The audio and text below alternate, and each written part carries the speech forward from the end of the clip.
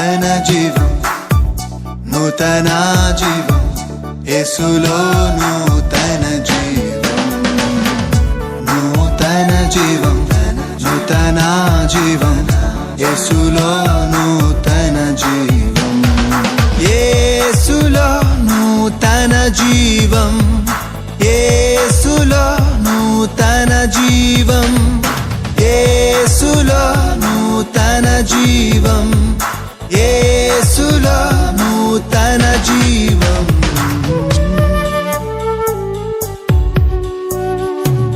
నూతన జీవం, నూతన జీవం, యేసులో నూతన జీవం, నూతన జీవం, నూతన జీవం, యేసులో నూతన జీవం, యేసులో నూతన జీవం. Praise the Lord. Greetings to you all in the precious name of our Lord Jesus Christ. We welcome you all to this beautiful program, New Life in Jesus Christ. May the Lord lead us according to His will and speak us through His word. Now, Pastor Moses Abhishek will deliver the word of God. యేసులో నూతన జీవం అనే ఈ ఆధ్యాత్మిక TV కార్యక్రమానికి మిమ్మల్ని ప్రేమతో ఆహ్వానించుచున్నాము. మీరు కార్యక్రమం ద్వారా, వాక్యం ద్వారా ఎంతగానో ఆశీర్వాదం పొందుచున్నారని మేము ఆశించుచున్నాము. ఇప్పుడు పాస్టర్ మోజెస్ అభిషేక్ గారు దేవుని యొక్క వర్తమానాన్ని అందజేస్తారు. Glory be unto God. దేవునికి మహిమ కలుగును గాక. Precious greetings to you all dear friends in Jesus name. ప్రియ స్నేహితులారా, యేసు వారి ప్రశస్తమైన నామములో మీకు అందరికీ శుభములు. We wish you all a very happy and blessed Good Friday. మీ అందరికీ కూడా శుభ శుక్రవారపు ఆశీర్వాదములను తెలియజేస్తూ ఉన్నాము. Let us recollect the wonderful death and resurrection and the life of Jesus.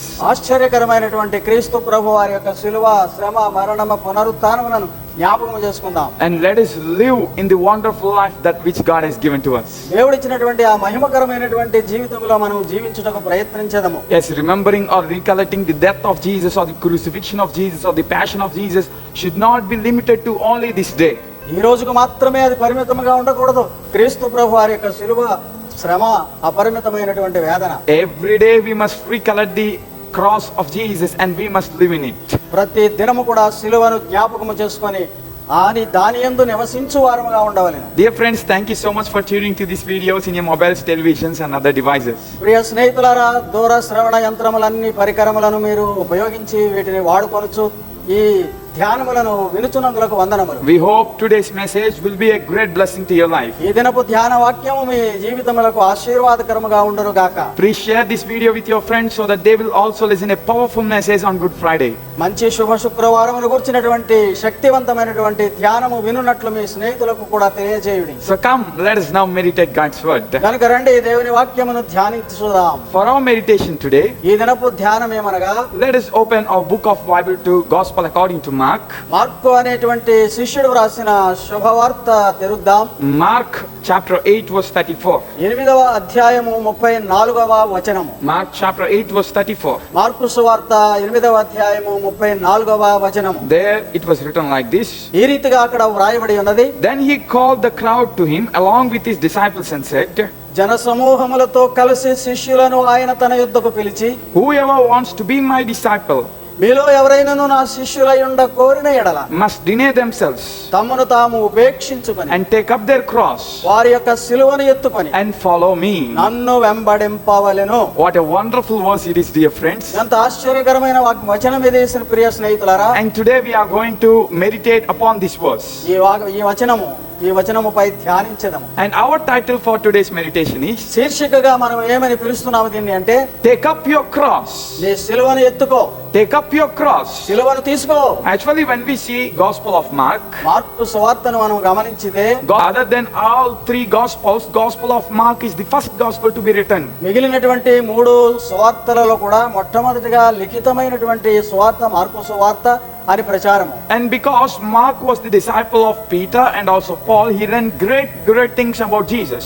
Mark గారు పౌలు గారికి, పేతురు గారికి కూడా శిష్యుడుగా ఉన్న కాలంలో అనేక గొప్ప సంగతులను విన్నాడు. And he he wrote all those things which he heard from them as a gospel, so that he will be giving it to others to read the life of Jesus. సువార్తగా తాను ఏదైతే విని ఉన్నాడో అదంతయు కూడా సమకూర్చి ఈ మార్కు సువార్తగా ఇతరులు చదివి గ్రహించుటకు రాశాడు. And this is a wonderful gospel which tells about the life of Jesus, wonders of Jesus, miracles and teachings of Jesus very, very explicitly. క్రీస్తు ప్రభు వారి యొక్క అద్భుతాలు, ఆశ్చర్య కార్యములు, సూచక క్రియలను అతి స్పష్టముగా వ్రాసినటువంటి మార్కు సువార్త. Mark gospel weights the teachings and the life of Jesus more important than the birth or other teachings, other things of Jesus.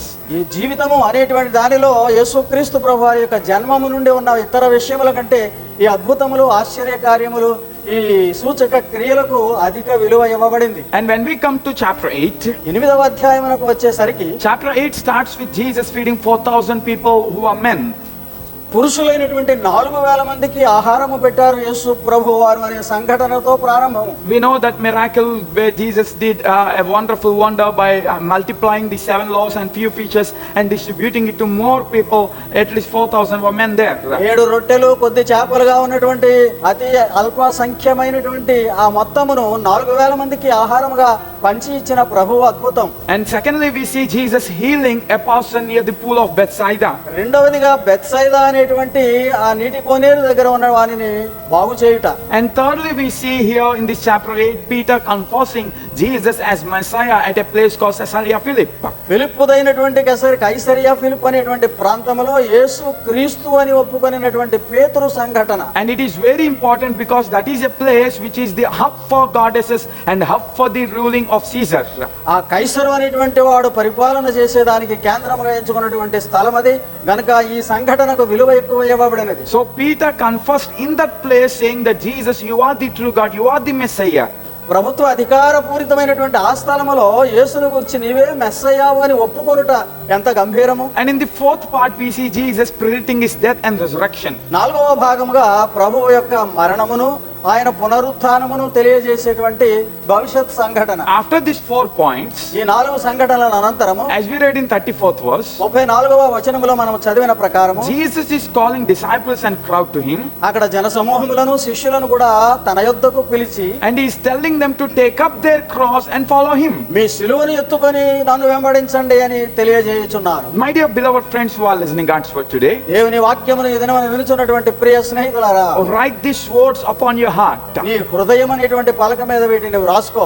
Following Jesus is very, very important in our life. క్రీస్తును వెంబడించుట అనేటువంటిది మన జీవితానికి అతి ప్రాముఖ్యమైన విషయం. If you don't follow Jesus, యేసును గనుక నీవు వెంబడించకపోతే, if you don't take up your cross, నీ సిలువను ఎత్తుకొని నీవు నడవకపోతే you can't be the disciple of Jesus. క్రీస్తు యొక్క శిష్యునివిగా ఉండలేవు. Because in Luke chapter 14 verse 27 it was written there, 14వ అధ్యాయం 27వ వచనం లూకా సువార్తలో ఈ రీతిగా చెప్పబడినది. if until and unless you take up your cross you can't be my disciple. నా సిలువను మీరు ఎత్తుకునే వరకు కూడా మీరు నాకు శిష్యులుగా ఉండలేరు అని చెప్పాడు. So taking up the cross and following Jesus will only make us the disciple of Jesus, or it can be making us Christians. క్రైస్తవులని పిలువబడడానికి కానీ లేకపోతే క్రీస్తు శిష్యులని చెప్పబడడానికి కానీ ఆయన సిలువను ఎత్తుకొని మనము మోసుకొని పోవలసిన వారమై ఉన్నాం. Hence dear friends, take up your cross today. కనుక ప్రియ స్నేహితులారా, ఈ దినాన నీ సిలువను నీవు ఎత్తుకో. Actually what does Jesus mean by taking up the cross? ఈ సిలువను నీవు ఎత్తుకొనుట అంటే ఏమిటి ప్రభువారి యొక్క అర్థం? Actually Jesus teachings here in the 34th verse was formed by the wonderful custom that was there in Judaism. ఆ యూదుల సాంప్రదాయంలో ఉన్నటువంటి ఆ ఉదాహరణను తీసి ఆయన వారికి గ్రహింపుగా చెప్తూ ఉన్న సంఘటనది. When someone from Gentile nations or from Gentile people wants to come to Jewish religion, యూదులు కానిటువంటి అన్యులు ఎవరైనా ఈ యూదత్వములోనికి రావాలని అంటే there is a process which is called as proselytism. అక్కడ దానిని మార్చబడుట అనేటువంటి విధముగా జరిగేటువంటి ఒక ప్రక్రియ ఉన్నది. So in that proselytism, a person who wants to convert to Judaism must undergo 4 sorts of steps. ఆ విధముగా మార్చబడి ఆ యూదా సంప్రదాయ తత్వములోనికి రావడానికి 4 మెట్లుగా ఉన్నటువంటి అంకములు ఉన్నవి. And the first one is దానిలో మొట్టమొదటిది he must be voluntarily coming to that religion. దానిని అంగీకరించుటకై అతడు స్వచ్ఛందముగా రావలసి ఉన్నది, బలవంతము లేక. That's what we see in 34th verse starting like this. అందుకనే ఈ 34వ వచనములో ఈ విధముగా ప్రారంభమైనది. Whoever wants to follow me, that's what Jesus says there. ఎవరైనను నన్ను వెంబడింపగోరిన ఎడల అన్న మాట అందుకే వాడబడింది. Or Jesus says, whoever wants to be my disciple. ఎవరైనను నా శిష్యులై ఉండ కోరిన ఎడల. So following Jesus or taking up the cross or becoming a Christian is a voluntary thing. క్రీస్తును వెంబడించుట గాని, సిలువను ఎత్తుకొనుట గాని, క్రైస్తవుడు అనబడుటకు గాని అది స్వేచ్ఛాపూరితమైనటువంటి అంగీకార క్రియ. On this Good Friday, I am telling to you, my dear friend, like this. ప్రియ స్నేహితులారా, ఈ శుభ శుక్రవారపు దినమున మీకు తెలియజేసే సంగతి ఇది. Becoming a Christian is not which should go out of a force. ఏ విధముగాను కూడా బలవంతము కాకుండా జరిగేటువంటి ప్రక్రియ ఇది అని మీరు గ్రహించవలెను. Belief in Christ should not arise from the force of some people or other people or our family.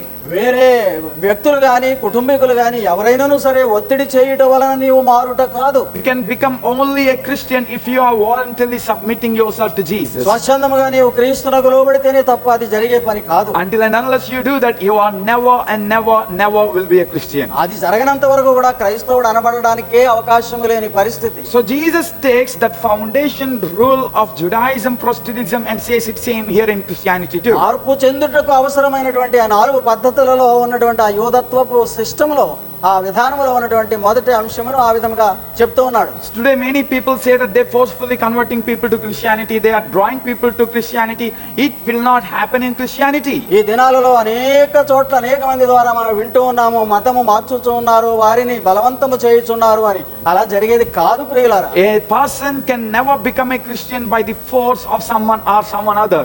ఎవరో బలవంతము చేయుట ద్వారా జరిగే పని కానే కాదు ఇది. And God says it is not at all worthy in my sight. అది నా దృష్టికి ఏమాత్రము కూడా ఘనమైనది కాదు అంటున్నాడు దేవుడు. A Christian will be a Christian only if they are voluntarily following Jesus. క్రైస్తవుడు అనగా క్రైస్తవుడు అయ్యాడు అంటే స్వచ్ఛందముగా క్రీస్తు అనుచరుడగుట. And the second rule in the Protestantism is, వారి తత్వాలలో ఉన్నటువంటి రెండవ విధానం ఏమంటే ఆ యోధ తత్వములో, and what Jesus says here to become a Christian is, యేసు ప్రభువారు కూడా చెప్పినటువంటి విషయం, క్రీస్తు అనుచరుడు కావాలను అంటే deny yourself. నీ మట్టుకు నీవు తృణీకరించుకో. That's what we see in verse 34. 34వ వచనంలో అదే చూస్తున్నాం. Deny yourself. తన్ను తాను తగ్గించుకొనుట అనే మాట.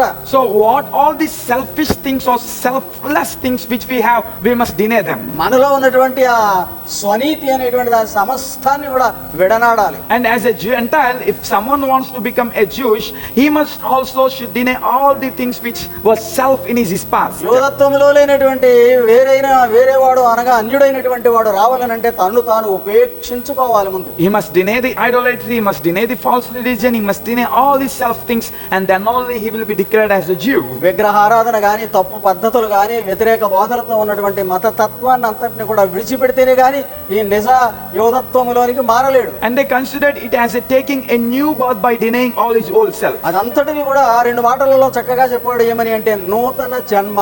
So in Christianity also, క్రైస్తత్వములో కూడా if you want to be a true Christ disciple following the footprints of Jesus, క్రీస్తు ప్రభు యొక్క అడుగుజాడలను వెంబడించుతున్నటువంటి నిజ క్రైస్తవుడుగా ఉన్నావు అంటే you must deny your old self. నిన్ను నీవు ఉపేక్షించుకొనవాలి. And you must come to Jesus and get a new self from him.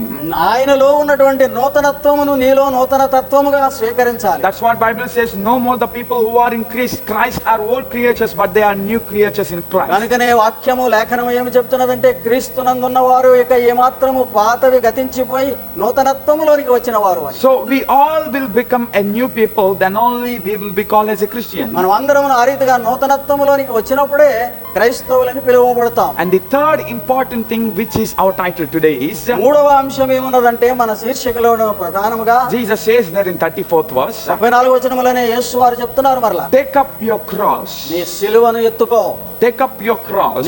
నీ సిలువను నీవు తీసుకో. In Jewish Protestantism, when Gentile wants to come to a Jewish religion, ఆ పాత విధానంలో మనం చెప్తున్నటువంటి రీతిగా యూదత్వములోనికి రావాలనేటువంటి యూదులు కానీ అన్యులు చేయవలసిన పని ఏమంటే, when they voluntarily come to Jewish religion, తమంతట తాము ఆ విధంగా రావడము, And when they deny all their old self and their selfless, all their selfish life, పాతవే స్వనీతి అంతటిని కూడా విసర్జించి నూతనత్వాన్ని స్వీకరించుట ద్వారా now they must make an oath that they will carry out the law or the covenants or the commandments of God. ప్రభు యొక్క నిబంధనలు లేకపోతే ధర్మశాస్త్రము లేకపోతే కట్టడలను నేను మోస్తాను అని ధరించేటువంటి విధానము మూడవదిగా చెప్పబడుతుంది. So they must take a covenant there that I will follow all the Jewish law and I will carry it in my life. ఈ యువతత్వములో ఉన్నటువంటి విషయములన్నిటిని కూడా నేను పాటించి వాటిని మోస్తాను అనే భావాన్ని చూపించే రీతిగా తెలియజేయాలి. Jesus doesn't say us to carry the Jewish laws or Jewish rules and regulations in our lives. క్రీస్తు వారు చెప్పే విధానం అది కాదు.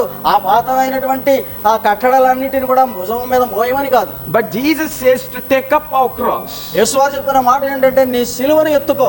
Actually, as I said before, ముందు చెప్పినటువంటి రీతిగానే మీకు in few words before, ముందే చెప్పినటువంటి కొన్ని మాటలలో in before verses, Jesus says, I am going to die. నేను మరణమునకు వెళ్ళుచు ఉన్నానని ప్రభువారు తెలియజేస్తూ ఉన్నారు. Not only there, before one time also in Mark's gospel, he says, I am going to die, I am going to die. Mark సువార్త ఇంకా ముందు అధ్యాయాలలో మనం చూసినట్లయితే నేను సిలువకు వెళుతున్నాను, మరణమునకు అప్పగింపబడతాను అనే సంగతిని 3-4 సార్లు ఆయన చెప్పారు. Whenever he says about his death and resurrection, ఆయన మరణమును గురించి పునరుత్థానమును గురించి తెలియజేసిన ప్రతి సమయమందును కూడా he didn't use that word cross or crucifixion. సిలువని గాని సిలువ వేయబడుట అనేటువంటి మాటలను ఆయన అప్పుడు వాడలేదు. Here in the verses before from 30 to 33, 30 నుండి 33వ వచనం వరకు చూస్తే even though Jesus is telling about his death, ఆయన మరణమును గురించినటువంటి సూచనలు ఇచ్చుచూ ఉన్నప్పటికీ he didn't use the word cross or crucifixion there. సిలువ గాని లేకపోతే సిలువ యొక్క శిక్ష అనేటువంటి విషయములను అక్కడ ఎత్తలేదు. But the first time when Jesus uses the word cross is this, when he is telling his disciples. ఇదిగో ఈ 34వ వచనంలో ఈ శిష్యులతో మాట్లాడుతున్నప్పుడు సిలువను గురించిన మాట చెప్తూ ఉన్నారు. So he is telling to his disciples firstly to take up their cross. మీ సిలువను మీరు ఎత్తుకోవాలని శిష్యులతో ప్రథమముగా చెప్తూ ఉన్నాడు. When Jesus says this word about cross, సిలువను గురించి యేసు వారు చెప్తున్న ఈ సమయంలో I think suddenly all those people there must have wondered, వాళ్ళందరికీ కూడా ఆశ్చర్యం కలిగి ఉండవచ్చు. because they were very familiar with the word cross that time. ఎందుకంటే ఆ సమయంలోనే వారికి సిలువ అంటే ఏమిటో బాగా తెలిసి గ్రహించిన వారై ఉన్నవారు. The cross is the very ultimate punishment which will be given to the people in those days. ఆ దినములలో భయంకరమైనటువంటి శిక్ష అమలు పరిచేటువంటి విధానములలో ఒక విధానము సిలువ అంటే. Actually, the death of cross was being introduced by Persians, Persia రాజుల వలన అది ప్రవేశింపబడినది. and Greeks used to follow it in some part of their rules and regulations. గ్రీకులు వాళ్ళ పరిపాలనా కాలంలో కొన్నిసార్లు వాడి ఉన్నారు. But Romans made it as the ultimate punishment which they will give for someone who is considered as a thief or who is considered as a man who has to get through death. భయంకరమైనటువంటి నేరస్తుడుగా గాని దొంగగా గాని చావుకు ఆ పాత్రుడైనటువంటి వారినిగా ఎంచబడిన వారికి వేయబడేటువంటి ఈ శిలువ శిక్ష రోమియోల కాలమునకు వచ్చేటప్పటికి అది అంతిమ శిక్షగా పరిగణింపబడింది. And historians says like this, చరిత్రకారులు చెప్పు మాట ఏమంటే in 1st century and 2nd century before Christ, క్రీస్తుకు ముందు మొదటి 2 శతాబ్దములలో కూడా 30,000 Jews were crucified and they were put to death. 30,000 మంది యూదులు సిలువ వేయబడి మరణ శిక్షకు పాత్రులై ఉన్నారు అనే చరిత్ర. At one time 2,000 Jewish people were crucified at a instance. ఒకే సమయంలో 2,000 మంది కంటే యూదులైనటువంటి వారు ఆ మరణ శిక్ష సిలువ ద్వారా అనుభవించిన వారు. At other time they crucified 800 Jews at once. మరి ఒకసారి ఒకే దినమున లేక ఒకేసారి అన్నట్లు 800 మంది యూదులను ఆ శిక్షకు పాత్రులను చేశారు. So like that 30,000 Jews were being crucified. ఆ విధముగా 30,000 మంది యూదులు ఈ సిలువ శిక్ష పాత్రులయ్యారు. So suddenly when Jesus says to take up the cross, ఇక్కడ వెంటనే ఈ అప్రయత్నముగా అన్నట్లు శిష్యులతో నీ సిలువను ఎత్తుకొని అని యేసు వారు చెప్తుండగా disciples or the crowd there must have gone into marvel because what Jesus is saying. అక్కడ ఉన్న జన సమూహములు గాని శిష్యులు గాని ఏమిటి ఈయన ఈ విధముగా మాట్లాడుతున్నాడు అని ఆశ్చర్యచకితులయ్యారు. Does Jesus means to take up a wooden plank and walk in our way to follow Jesus? యేసును వెంబడించాలి అంటే అదిగో ఆ కర్రతో చేయబడినటువంటి సిలువ భుజాన్ని వేసుకొని ప్రతిరోజు ఆయన వెనక మనం వెళ్ళాలా? Or taking up cross means does that means having a cross around our neck by putting some chains around us? లేకపోతే గొలుసుగా చేయించుకున్నటువంటి దానికి ఆ సిలువను వేలాడదీసి మన మెడలో ధరించుటయా? Or does taking up cross means having some tattoos of cross upon our skin so that we say we are Christians? మన చర్మముల పైన పచ్చబొట్లు అనేటువంటివి పొడిపించుకుని సిలువ గుర్తులుగా మేము క్రైస్తవులని చెప్పడమా దాని అర్థం? No, no, no, no. కానే కాదు. What Jesus means there is, అక్కడ యేసు వారి యొక్క అర్థం ఏమిటి అంటే, the first one, మొట్టమొదటిది taking up cross means being ready to face trials and temptations. ఏ విధమైనటువంటి శోధన గాని పరీక్షలు గాని నీకు ఎదురైనప్పుడు వాటిని సమర్థంగా ఎదుర్కొనగలిగిన శక్తి అని అర్థం. So taking up cross means being ready to face any opposition. ఏ విధమైనటువంటి వ్యతిరేకత వచ్చినా సరే దానిని నీవు ఎదుర్కొనగలుగుటకు సిద్ధపడుట. Even Jesus was ready to face any opposition that which was standing against him. ఆయనకు వ్యతిరేకంగా ఉన్నటువంటి ఏ విధమైనటువంటి శక్తులనైనా సరే ఎదుర్కొనుటకు ఆయన సంసిద్ధుడై ఉన్నవాడు. And Jesus wants us also to be ready to face any oppositions. మనము కూడా అదే రీతిగా ఏ విధమైనటువంటి వ్యతిరేకత వచ్చినాను నిలువబడగలిగిన శక్తి కొరకు చెప్తున్నాడు. When the time came for the death of Jesus, మరణము పొందవలసినటువంటి సమయం ఆయనకు ఆసన్నమైనప్పుడు Jesus didn't say, oh, it is not my time, so I will take some rest, I will go some place and I will die afterwards. నేను తర్వాత చనిపోతానులే, ఇప్పుడు కాదు నా సమయం అని చెప్పి వెళ్ళేదో విశ్రాంతి తీసుకోవడం కానీ వేరే ప్రదేశానికి వెళ్ళిపోవడం కానీ ఆయన చేయలేదు. But at the Garden of Gethsemane, Jesus is preparing himself for facing all the opposition and for the death upon the cross of Calvary. ఆ విధముగా తప్పించుకొని వెళ్ళిపోవడం కాదు కానీ గెత్సెమనే తోటలో ఆ కల్వరి శిలువ కొరకు సిద్ధపడుచు ఆయన సంసిద్ధుడయ్యాడు. So we as a Christians who wants to follow Jesus or follow Jesus till our death, మన మరణ పర్యంతము మరణం వరకు కూడా ప్రభువును వెంబడించేటువంటి శిష్యులుగా ఉండాలి అంటే we must be ready to face any opposition for Christ's sake. క్రీస్తు నిమిత్తమై వచ్చు ఏ విధమైనటువంటి వ్యతిరేకతనైనను ఎదుర్కొనుటకు సంసిద్ధత. Whether it's by government, అది ప్రభుత్వం ద్వారా రావచ్చు, whether it's by our near or dear ones, మన సొంత ప్రజల ద్వారా రావచ్చు, whether it's by the far people whom we doesn't know, మనకు తెలియనటువంటి ప్రజల ఎక్కడో దూరస్తుల నుండి రావచ్చు, or whether it's by any people to belonging to any parts of the nations. లోకములో లేక దేశంలో ఉన్నవారు ఎక్కడ నుండి వచ్చైనా మనల్ని ఎదిరించవచ్చు. We must be ready to face anything for Jesus. యేసు కొరకు దేనినైనాను ఎదుర్కొని దానిని సంధించగలిగిన స్థితిలో మనం ఉండాలి. That's what taking up the cross means. సిలువను ఎత్తుకొనుట అంటే అది అర్థం. And secondly, taking up cross means రెండవది అర్థం ఏమంటే సిలువను ఎత్తుకొనుట being ready to face shame. సిగ్గు లేకపోతే నిందను భరించుట.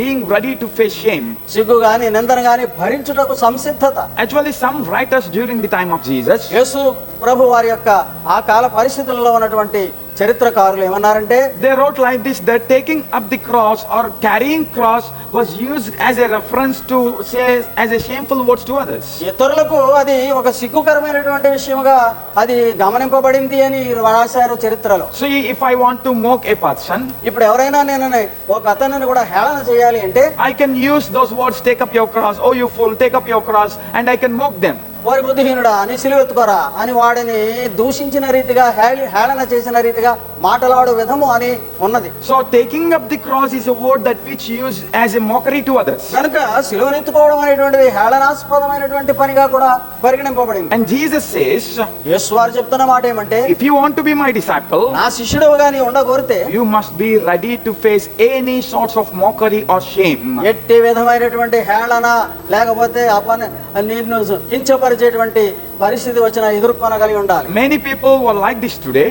ఈ రీతిగా చాలా మంది అటువంటి పరిస్థితులలో ఉన్నారు. When everything is good, they are ready to do anything for Jesus. సమస్తము కూడా మంచిగా జరిగిపోతున్నప్పుడు నేను ప్రభువు కొరకు ఏదైనా చేయడానికి సిద్ధం అంటారు. But when some people says mocking against them, or when some people put them in ashamed places, they say, why Jesus? Why I am following Jesus? సిగ్గుకరమైన మాటలతో గానీ లేకపోతే నింద కలిగించేటువంటి పరిస్థితులతో గానీ ఎవరైనా ఎదుర్కొంటే కనుక ఎందుకు నేను క్రైస్తవుడిగా ఉండాలి అనుకుంటారు. Especially in the state or country of India, ఈ మన భారతదేశంలో people say that Christianity is a religion of lower caste people. ఇది క్రైస్తవ మతం అనగా నిమ్న జాతులు తక్కువ జాతి వారి యొక్క మతము అని పరిగణలో ఉన్నది. And Christianity is a religion that which came from British people. లేకపోతే బ్రిటిష్ వారు తెచ్చిన మతము ఇదని కించపరచబడుతున్నారు. And these two words were becoming a shameful act to others, and many people were not coming in a walk with Jesus. యేసుతో నడవడానికి అభ్యంతరకరముగా ఉండే రీతిగా ఈ రెండు విధములైనటువంటి సిగ్గుకరమైన మాటలు హేళనకరముగా పలకబడుచున్నవి. Although those words which they said were not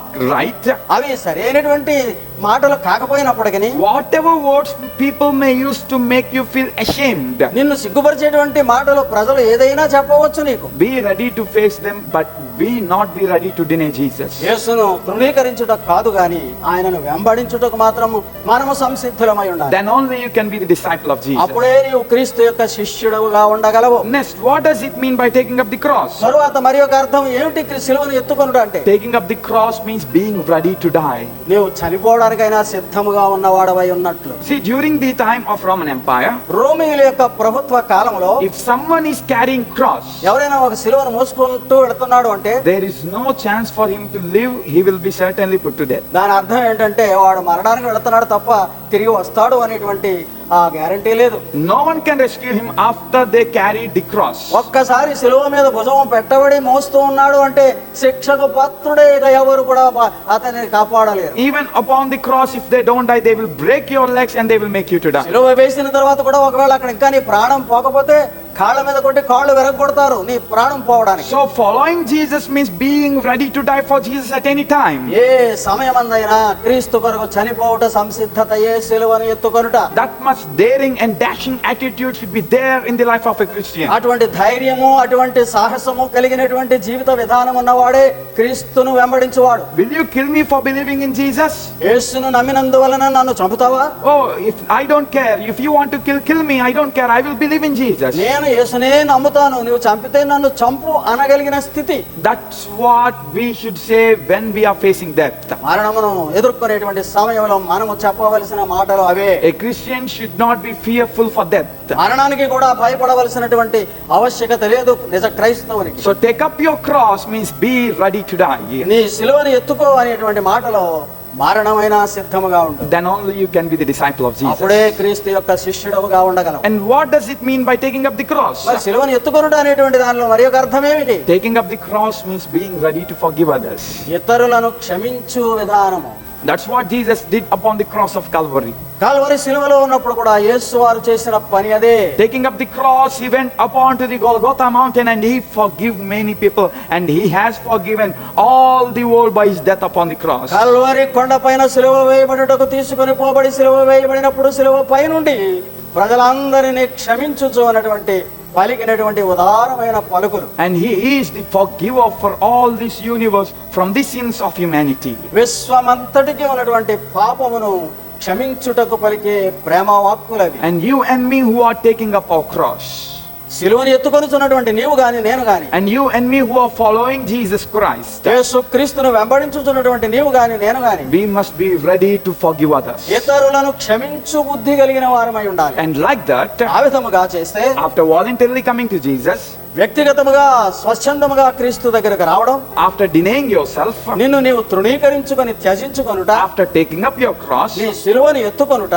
the final thing which Jesus says there in 34th verse is, 34వ వచనములో చివరిగా ఆయన చెప్తున్న మాట, and follow me. నన్ను వెంబడించుము. So after doing all these things, then only you can follow Jesus. ఇవన్నీ నీవు జరిగించినప్పుడే ఆయనను నీవు వెంబడించగలుగుతావు. Until and unless you come voluntary to Jesus, నీవు ప్రభువు దగ్గరకు స్వచ్ఛందముగా రానంత వరకు, you deny yourself, నిన్ను నీవు తృణీకరించు కొననంత వరకు, you take up your cross, సిలువను ఎత్తుకొనకపోతే you can never follow the footprints of Jesus. క్రీస్తు ప్రభువు యొక్క అడుగు జాడలలో నీవు నడచుట అసాధ్యము. You can never come into that position where you can be called as a true Christian or the children of God. దేవుని బిడ్డలు లేక నిజ క్రైస్తవుడని పిలువబడేటువంటి స్థానములోనికి రాలేవు నీవు. My dear friend, ప్రియ స్నేహితుడా, in this Good Friday, ఈ శుభ శుక్రవారపు సమయంలో I am challenging you like this. ఈ విధముగా మీకు ఒక సవాలును విసురుతూ ఉన్నా. Are you ready to take up your cross నీ and follow సిలువను Jesus? ఎత్తుకొనుటకు నీవు సంసిద్ధుడవుగా ఉన్నావా? Are you ready to carry the cross and follow the footprints of Jesus? సిలువను ఎత్తుకొని మోస్తూ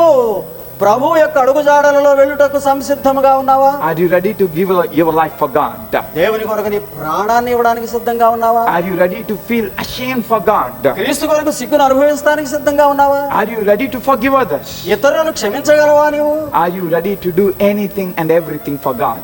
దేవుని కొరకు ఏదైనాను ఏమైనాను చేయగలవా? Then only this Good Friday will make sense in our lives. అప్పుడే ఈ 2024వ శుభ శుక్రవారము నీ జీవితానికి అర్థవంతమవుతుంది. And it's my prayer and our prayer that God may bring you in such a wonderful state where you will take up your cross. ఆ గొప్పదైనటువంటి అద్భుత పరిస్థితిలోనికి, సిలువను ఎత్తుకొని నడిచేటువంటి పరిస్థితిలోనికి నీవు రావాలని మా ప్రార్థన అయి ఉన్నది. So let's pray and ask Jesus for his help. ప్రార్థన చేసి ఆయన సహాయం కొరకు వేడుకుందాం. Father, we thank you for this time. తండ్రి, ఈ సమయం కొరకు నీకు వందనం. Lord, thank you for sending your son into this world and making him to die upon the cross. ఈ లోకమునకు నీ ప్రియ కుమారుని పంపించి సిలువపై ఆయన మరణమునకు నీవు అప్పగించినందులకు నీకే స్తోత్రములు. Dear Lord Jesus, thank you for giving salvation to all of us and to many people who believed in you. నిన్ను నమ్మిన వారందరికీ నీ మాకును ఆ రక్షణ భాగ్యము ఇచ్చినందులకై వందనము. Help us to take up our cross and follow you, dear God. మా సిలువను ఎత్తుకొని నిన్ను వెంబడించు కృపను అనుగ్రహించుము తండ్రి. Make us to be ready at any time to be dying for you or feel or get anything in your name's sake. ఏ సమయముందైనా నీ నామము నిమిత్తము మరణించుటకు కూడా సంసిద్ధులముగా ఉండునట్లు అనుగ్రహించుము. Whatever challenges may come, circumstances arise, let us be the followers of Jesus, may not turn back, God. ఏ పరిస్థితులైనా ఏ సవాళ్ళైనా మేము ఎదుర్కొనవలసి వచ్చినప్పుడు వెనుదిరగకుండా ఉండునట్లు కాపాడు. Give that great courage and great strength to all your disciples. ఆ గొప్పదైనటువంటి ధైర్యమును నీ శిష్యులందరికీ దయచేయు. Bless all of us on this Good Friday. ఈ మంచి శుభ శుక్రవారపు దినం మన ప్రతి ఒక్కరిని దీవించుము తండ్రి. Thank you, God, for hearing our prayer. మా ప్రార్థనను ఆలకించిన దేవా నీకు వందనములు. We ask in Jesus' name. యేసు నామములో వేడుకొనుచున్నాము తండ్రి. Amen. Amen. May God bless you all. దేవుడు మిమ్మల్ని అందరినీ దీవించుగాక. Praise the Lord. Dear friends, to watch more sermons and worship songs, please subscribe to our YouTube channel, Moses Abhishek, MOACS ABHISHEK, and follow us on Facebook and Instagram @Moses Abhishek Tanity. ప్రియులారా, మరిన్ని సందేశములు మీరు ఆలకించడానికి, మరిన్ని దేవుని యొక్క పాటలు వినడానికి Moses Abhishek అనే YouTube channel ని సబ్స్క్రైబ్ చేసుకునండి. అలాగే ఫేస్బుక్ లోను, ఇన్స్టాగ్రామ్ లోను మోసెస్ అభిషేక్ తానేటి అనే మన యొక్క ఛానల్ ని ఫాలో అవ్వండి. దేవుడు మిమ్మల్ని దీవించును గాక. For your praise and support, our address: Pastor T. Moses Abhishek, son of Reverend T. Blessing, Emmanuel Church, Bhaskar, Samal Court, Andhra Pradesh, India 533440. Our phone numbers 8886329940. May God bless you all.